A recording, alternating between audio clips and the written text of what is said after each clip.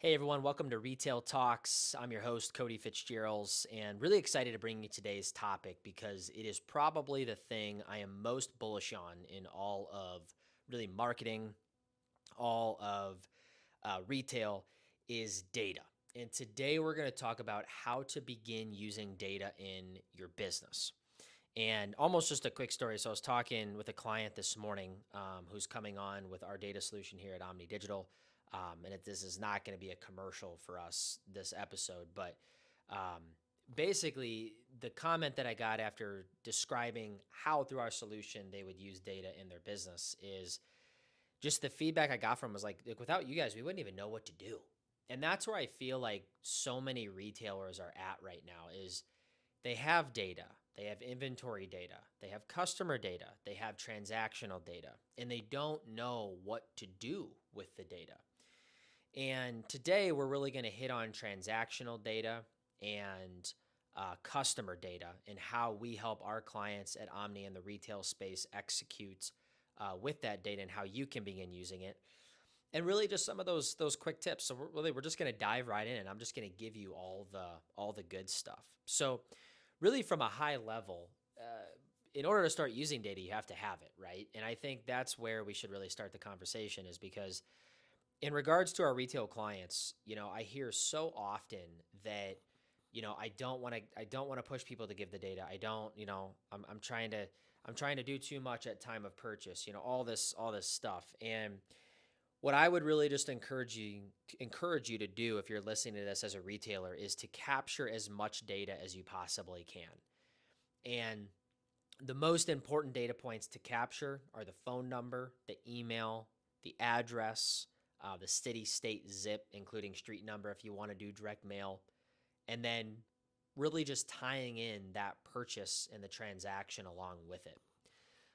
So that's the first place we got to start is you really just have to begin collecting that data and know that, okay, if you're not using it today, to begin to deploy it and to begin to use it over time. So that's step number one is you got to be capturing a lot of good data. Step number two is really just let's look at a variety of different ways in which you can use it and the way we help our clients implement it here. And the way that I'll kind of start out this is there are only three ways to grow a business. You can get more new customers into your doors, you can get your existing customers to return, and you can get those existing customers to buy more when they are there. So if you think about it, the middle one, getting your customers to return more often. How well do you feel like you do right now? If you're a retailer, answer that question. How well do you feel like you're doing right now at getting your existing customers to return to your business? What is your percentage of return customers that you have to your business? Is it 80%? Is it 20%? Is it 40%? We've done analysis with our clients, and 59.25% of our clients across the million customers that we analyzed in their point of sale systems came back and actually are only one-time purchasers. So that means that 59.25% of people buying only one time, if you could just get all those people back for a second purchase, would be a lot of revenue. So, it really just it's collecting the data, but then it's analyzing the data. How many items are people buying when you're there? How many people are first-time purchasers?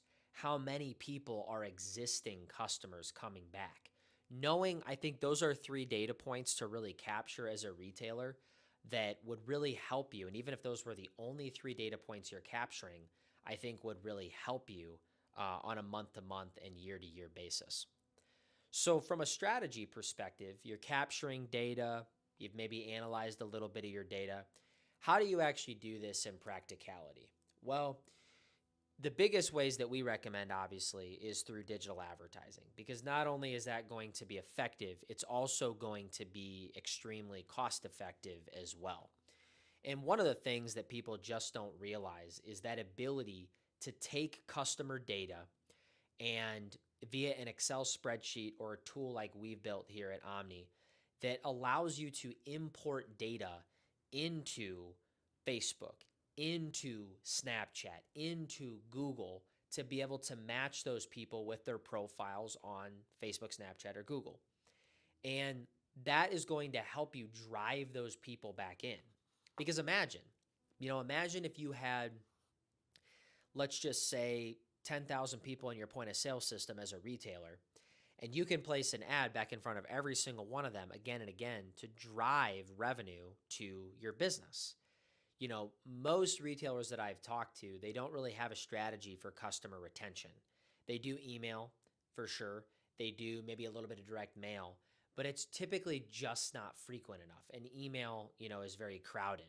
And most people just don't know the strategy of targeting your customers inside of Facebook. And how do you do that? How does Facebook do that? Well, Facebook does that by taking the data that you have on the customer, the name, the phone number, the email, the address, and uploading that into their system and matching with the data that they have on the user on Facebook to be able to display ads back in front of them. That is the one thing that I say all the time to our clients and all the time to retailers, is because it's such a terrific strategy and it's so easy to do, but no one does it. I see very, very, very few people doing that, and it's just the most low hanging fruit way that I really see that.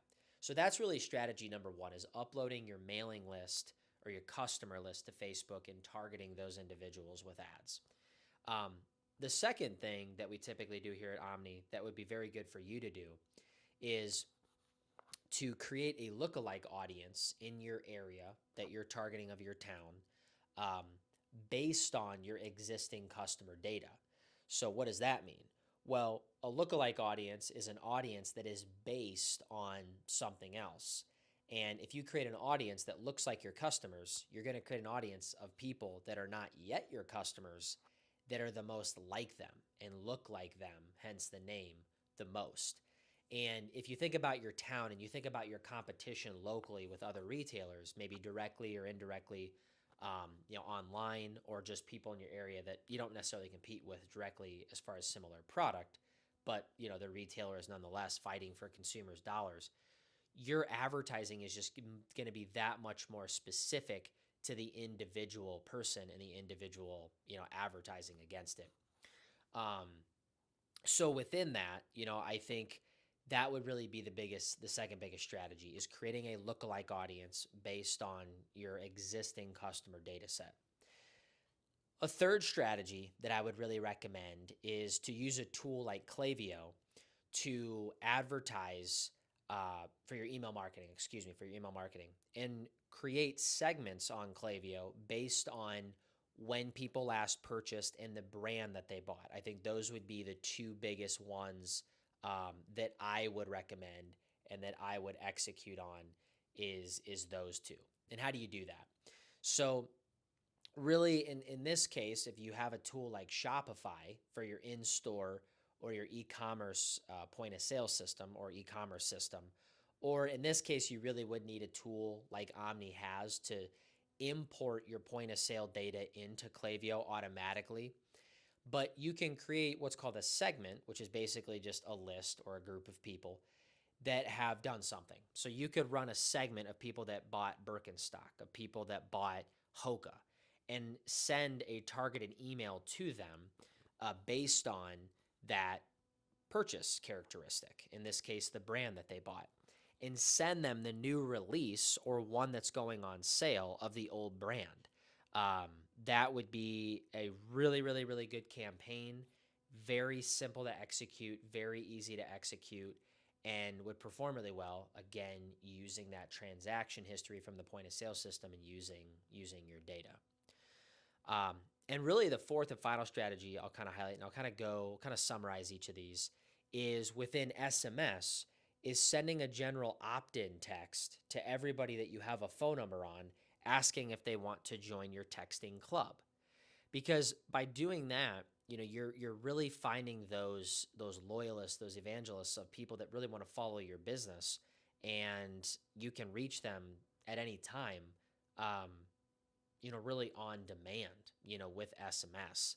So you send out a text saying, hey, ABC retailer is starting a texting club. Do you want to join? The 20% of people that you have of the 20,000, the 2,000 to 4,000 that join, that's going to be an incredible asset that you now have for your business of people that want to join the texting club. So that's just been a very profound way we've told our customers to do for their business. Because if you think about it, if you could filter down from 20,000 people to 2,000 people or 3,000 people, you just you're maximizing your return on the cost that you're spending, because those 3,000 people, they want to hear from you. They've literally raised their hand from your customer list and said, "Yes, I would like to receive texts, in the future from you." Your ROI on that could be ridiculous, um, in a good way, because that is the fruit, of all of your efforts over the years in a magnified way of having all those people. So, those are really four strategies to help you really start using and executing on your data. The first one is just downloading your retailer mailing list, uploading that into Facebook, and simply just advertising to those people. Whatever offer that you have that are your existing customers on an aggregate basis, it's all of your customers. The second thing is for new customer acquisition is targeting via a lookalike audience, people that have bought in the past. Um, but creating a lookalike audience based on those people, and those people that it's based on are existing, but the lookalike audience is all brand new people that have never shopped with you before. The third way is really just Inclavio, the email tool that we use that we highly recommend. Just look it up. It's a very, very good email platform.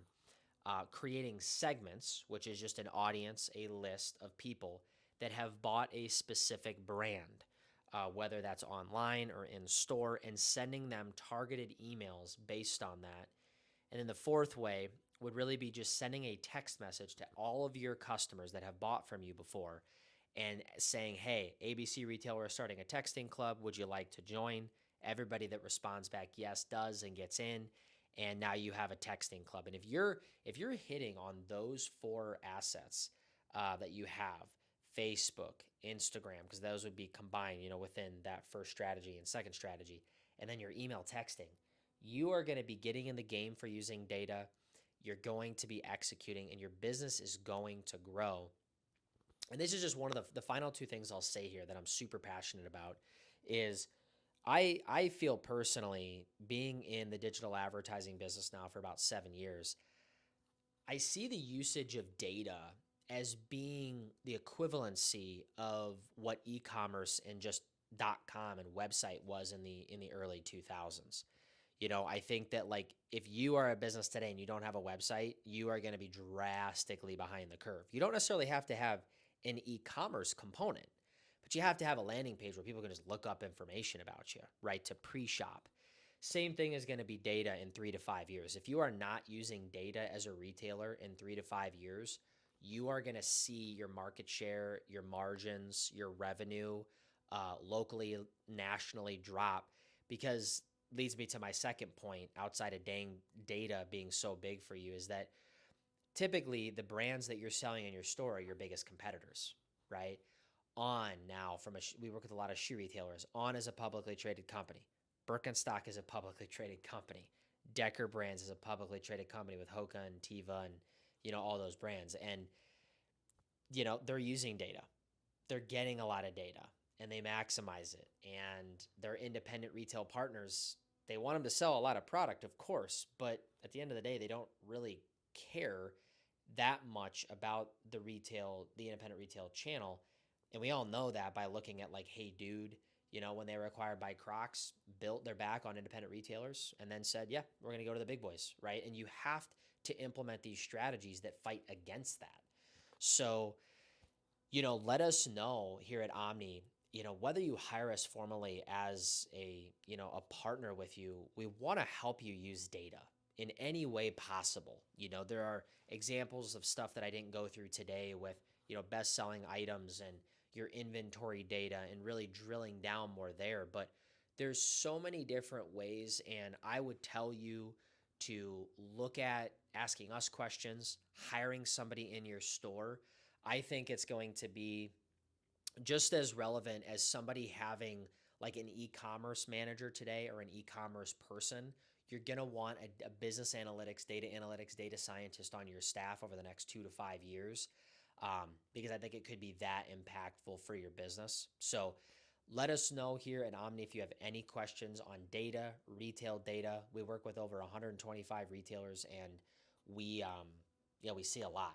So really, really appreciate all of you tuning in to Retail Talks today. Let us know with any questions, and until next time, we'll talk to you soon.